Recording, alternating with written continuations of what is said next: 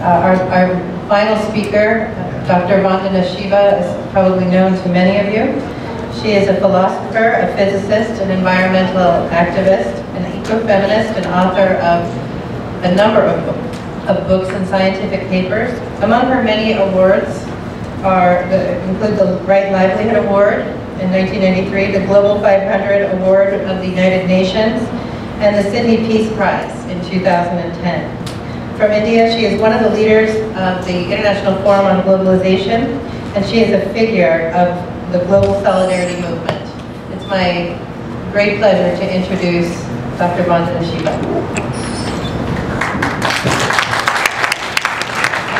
Thank you, Shannon. It is an honor to be with this tremendous group of people who are helping the new river of freedom chart its way.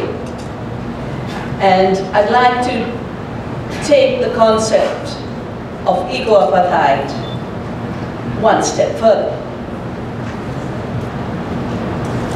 Separation on the basis of race, of gender, was wrong, of slavery, of owning some people as property, and humanity has accepted that. We are at a moment where there is, of course, the separation from nature being understood scientifically and ethically as a huge error created to make the Industrial Revolution and the rise of life organized around capital accumulation possible. But that error is showing its unbearable costs, creating a total closure to the future. All the issues we've talked about in terms of ecological non-sustainability, climate change, species extinction, the water crisis, the buildup of toxins, is there for us to see. But I think there is another echo. Let's not forget that both economy and ecology rose from the same word oikos, aho. Economy lost its way, can't come home. We have to show it how to come home. And that is why the Declaration of the Rights of Mother Earth is really a signpost for the economy that is lost to come home. As it's gone astray, of course it has accumulated money that is unimaginable in a few hands. Can you imagine the $3 trillion moving around the world every day, 70 times more than all the goods and services nature produces and humans produce? It's an impossible equation. That kind of money can only grab the resources of the earth to make more money. That is what the green economy is all about.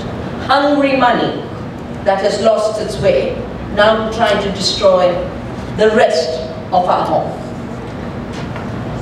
But it has had a cost, not just for the earth, it's had a huge human cost. So we see the rise of the Occupy movement, which named the economy as a 1%, 99% economy, where 99% are excluded.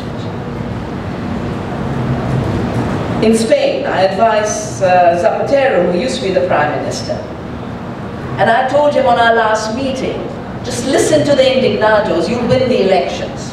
Because the indignados were saying, we didn't create the problem. The financial institutions created the problem. Why should we bail them out with our lives?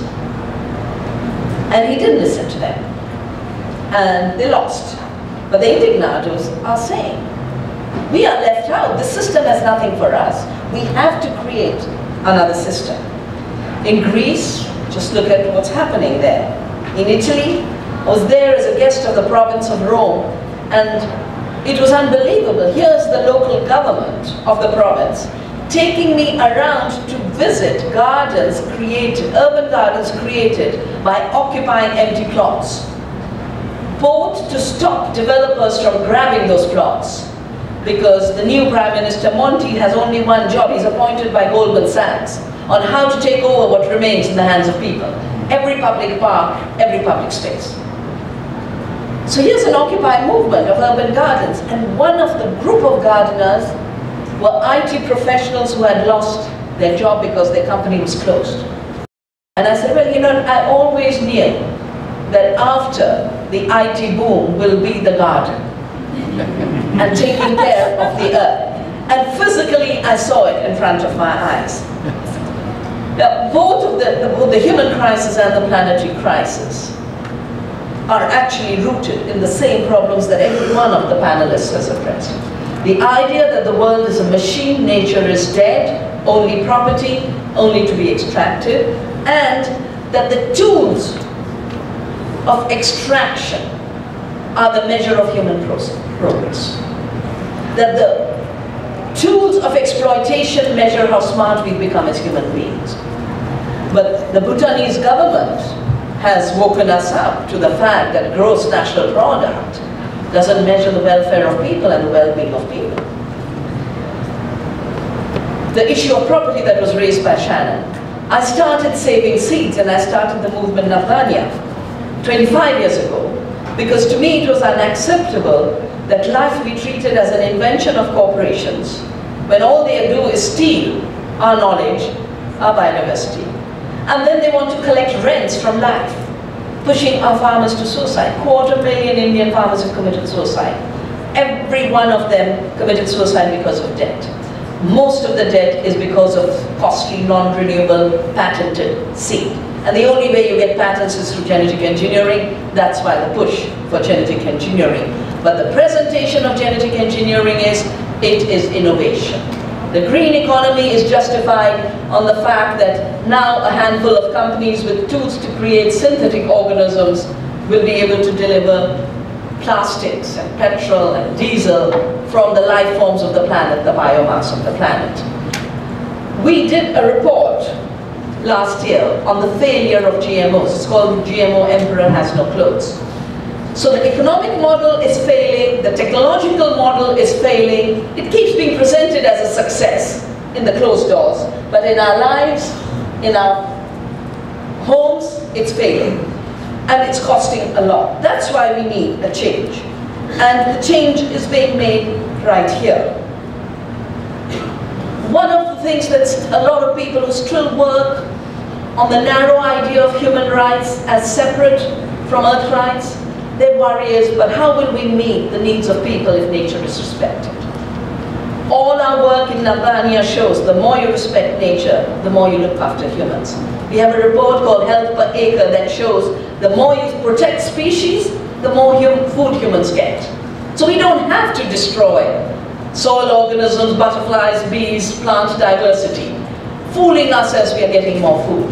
We're just getting more commodities, they're not feeding us. There is another huge misconception. A few years ago, an article was written that we've reached the age of the Anthropocene, where the human being has become the biggest factor. And Shannon talked about how this change can be seen even from space. Scientists, economists are saying, oh, now that we are the big factor, let's be bigger factors. I call that the destructive Anthropocene.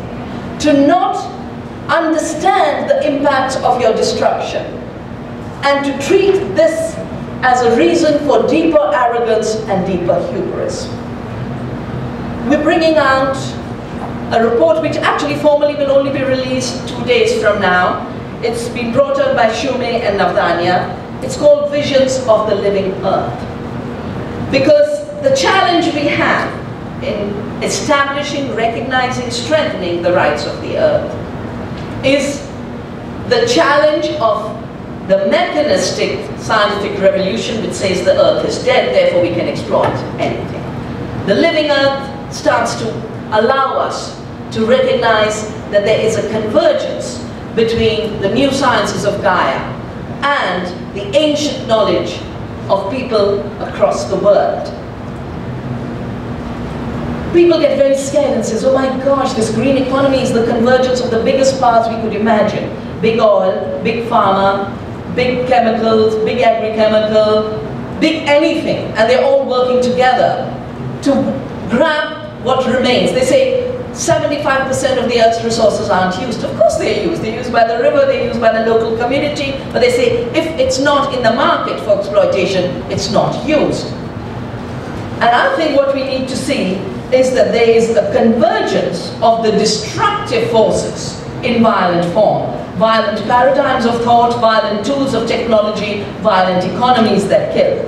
But there is a new convergence in the making of creative powers of the earth, all the species, all the life forms, and all humans. And we can only make this creative power unblocked by giving up false and artificial distinctions. We need to recognize the real divides. But apartheid was an artificial distinction.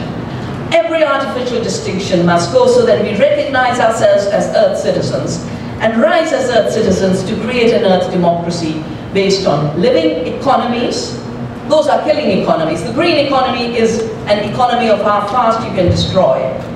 Living democracy, both including all life on Earth as well as real democracy of the people, and living cultures that can only be created by recognizing the rights of the Earth. The signatures that this campaign led to, in India we collected 100,000.